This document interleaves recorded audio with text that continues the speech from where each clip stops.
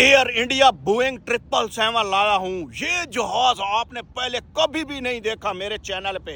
देखने से पहले लाइक फॉलो कर लें। और ये आप लोगों के लिए एक नई एयरलाइन है, एयर इंडिया बोइंग 777 का लैंडिंग व्यू आपको चेक करवाता हूं। ये दिल्ली से आ रहा है, देख सकते हैं, बिल्कुल लैंडिंग के करीब आ गया एयर इंडिया बोइंग 777।